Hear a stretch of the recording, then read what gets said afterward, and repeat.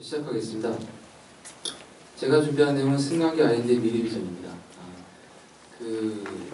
제가 너무 과분하게도 여기 승강기 쪽에 전문가분을 모시고 승강기 R&D에 대해서 논한다는 게 참 어불성설이지만 좀 제 3자 입장에서 승강기 R&D를 좀 논한다 이렇게 좀 너그럽게 봐주시면 되겠습니다.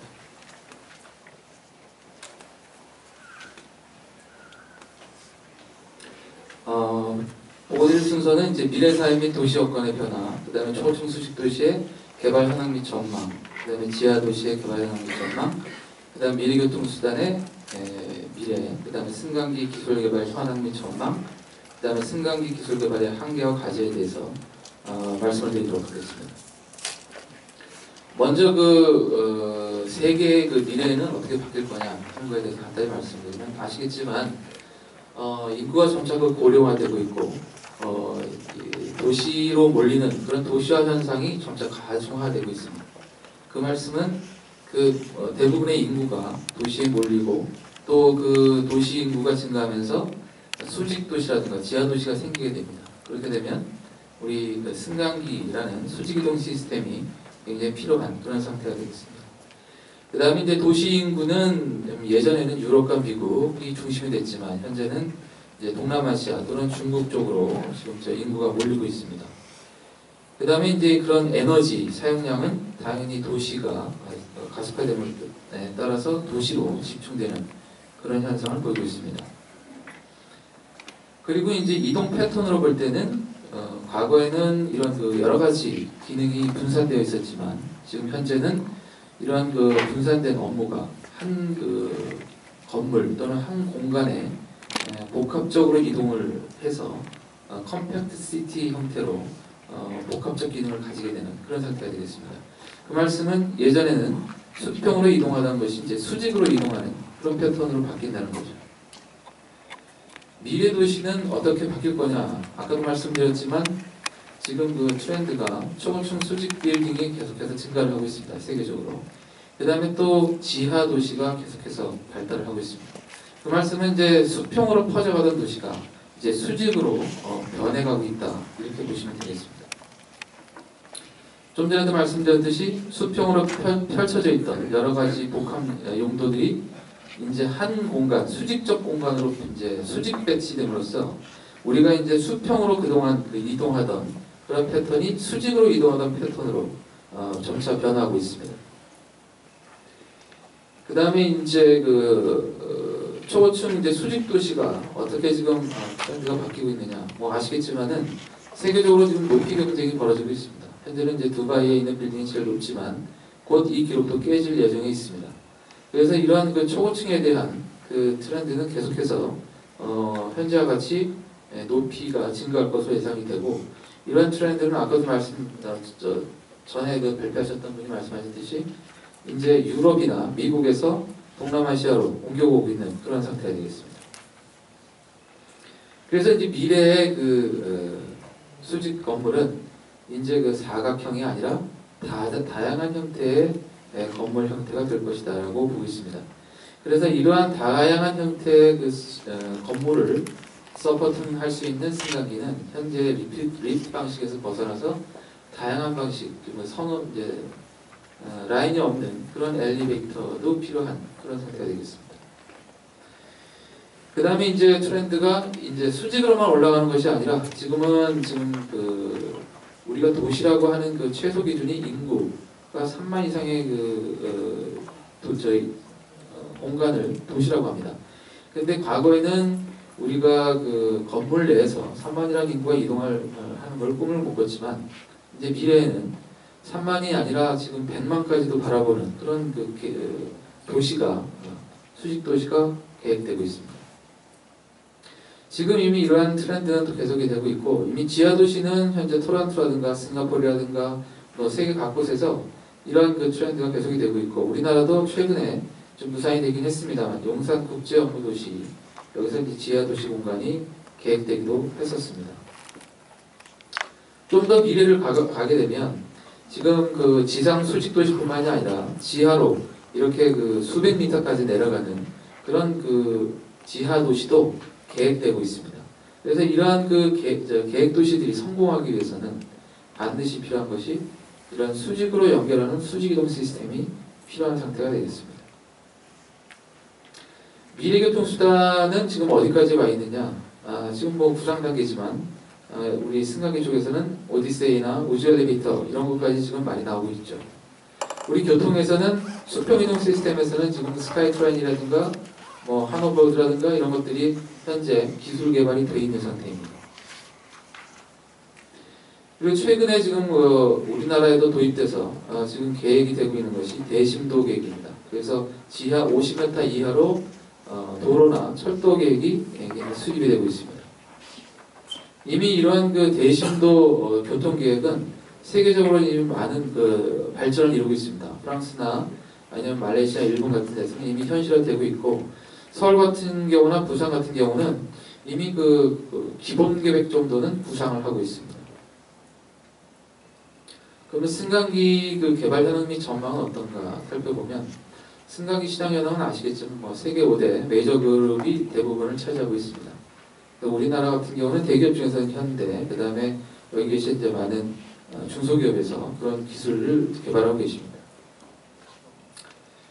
승강기 시장 규모는 아까도 말씀하셨기 때문에 생각을 하겠습니다.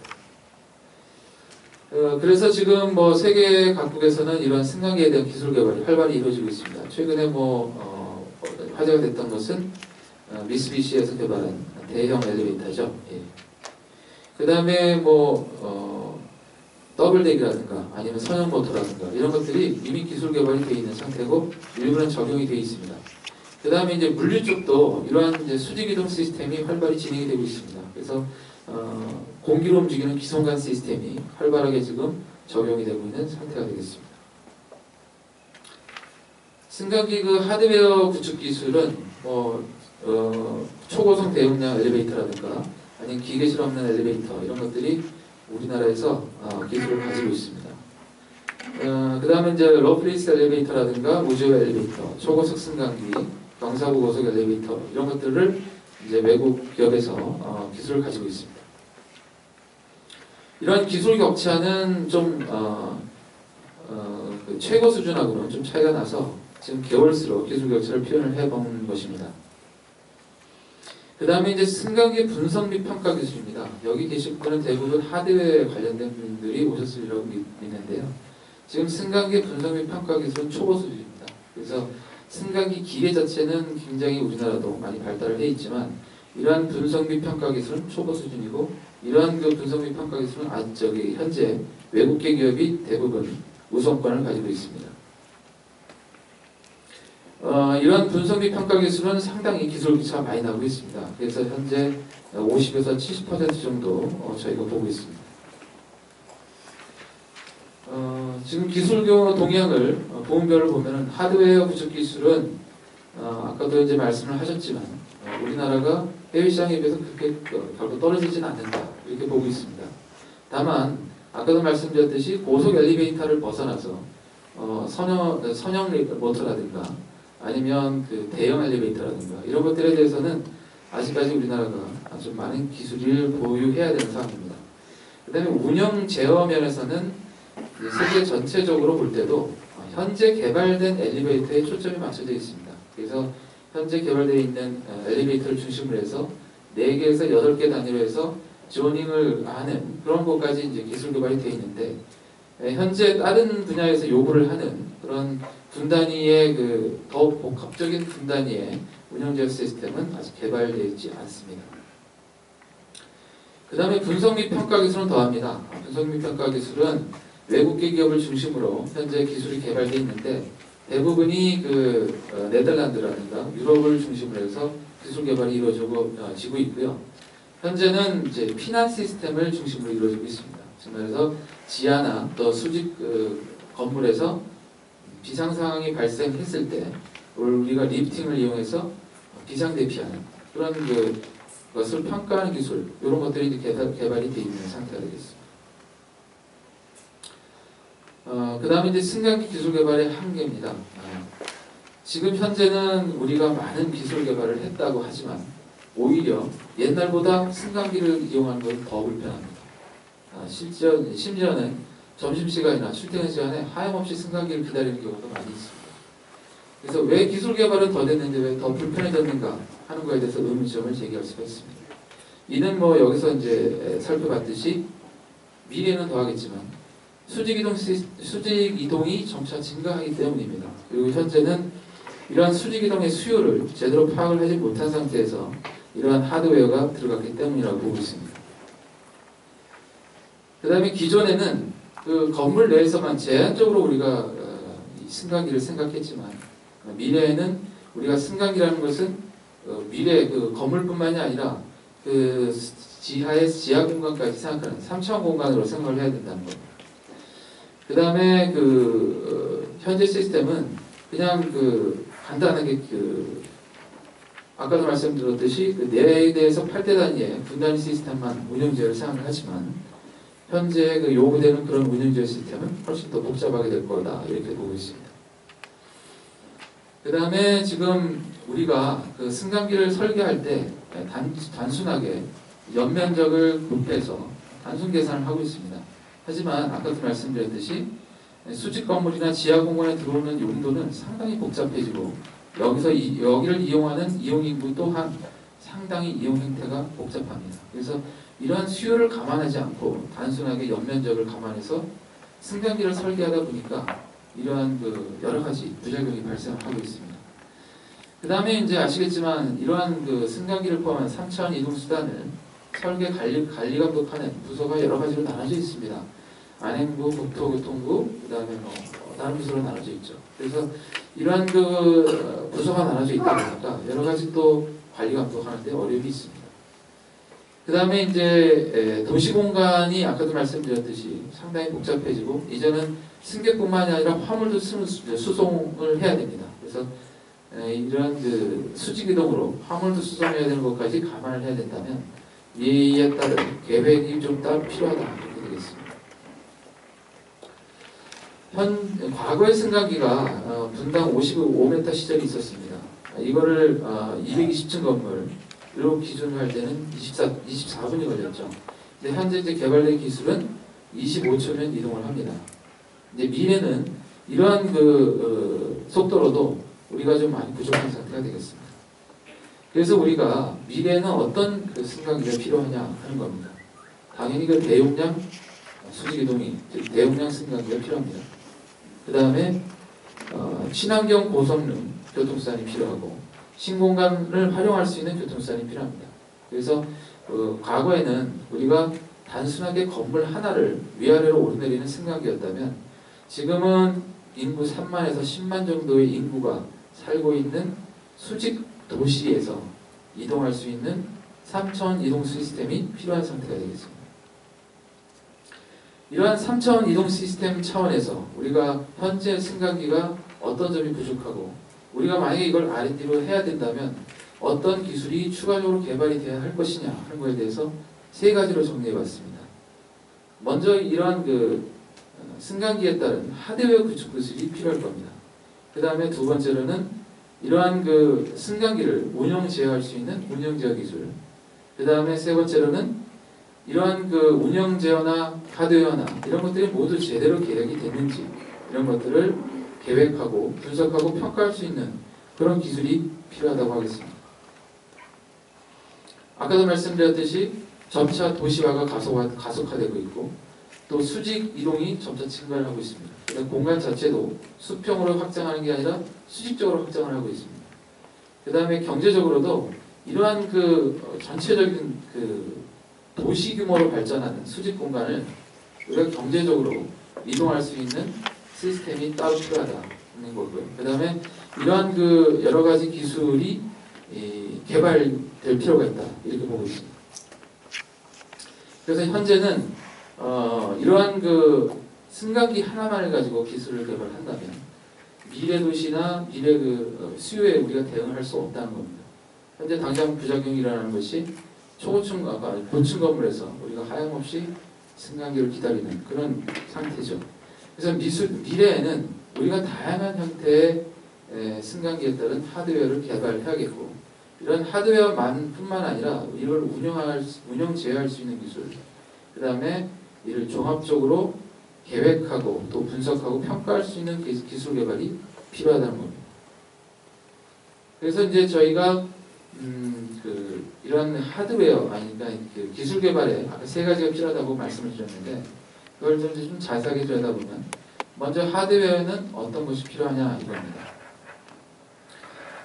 일단은 저희는 크게 네 꼭지로 이제 봤습니다.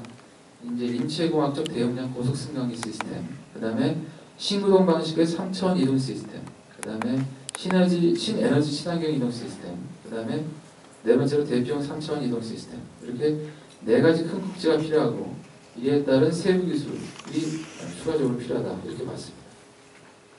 그에 따른 로드맵은 전체 이제 5년으로 봐서 시제품 개발까지 이렇게 지금 로드맵으로 추진될 필요가 있다 정리해봤습니다. 그 다음에 운영제어도 네 꼭지인데요. 일단 중앙제어 시스템이 좀 필요하다 이렇게 보고 있습니다. 그 다음에 승강기 고장 감지 시스템, 세 번째는 3차원 이동 시스템의 최저 운영 알고리즘, 네 번째는 승강기 환승 터미널 설계 및 운영 기술, 이렇게 네 가지로 정리를 해봤습니다. 역시 이것도 마지막에 5000년도에는 완성을 이 목표로 해서 5000년도로 로드맵을 그려봤습니다.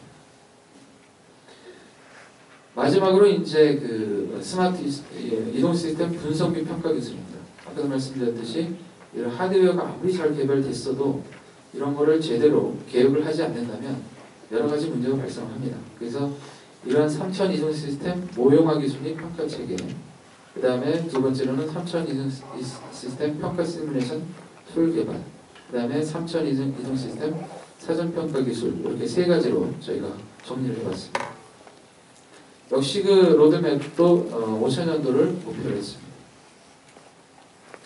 이렇게 그 세 가지의 그 꼭지가 유기적으로 연결이 돼서 시스템의 경제성이라든가 시스템의 검증, 시스템의 효율성 증대로 서로 유기적으로 연결되어 있는 그런 구조가 되겠습니다.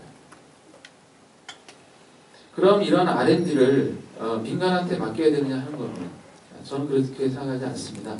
왜냐하면 현재 그 수평이동 시스템인 철도라든가 승용차라든가 여러 가지 그 수평이동 시스템은 정부가 여러 가지 형태로 보조를 하고 있습니다.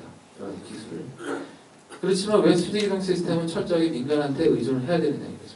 그리고 수직이동 시스템의 현 여건상 아까도 말씀드렸듯이 여러 가지 그 기술이 개발이 되고 있고 또 기술 수준이 세계적이라고 하시지만 이 미래에 대응할 수 있는 신기술 개발은 우리가 여전히 그 열악하다는 얘기입니다. 여건이.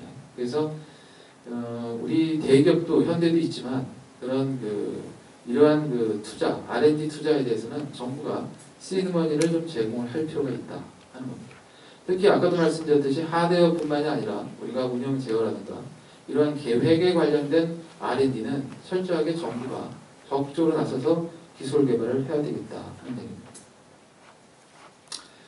이러한 그 수직이동 시스템이 만약에 이제 미래에 적용이 된다면 어떤 형태가 될까를 한번 여러 가지로 구상을 해본 상상도입니다.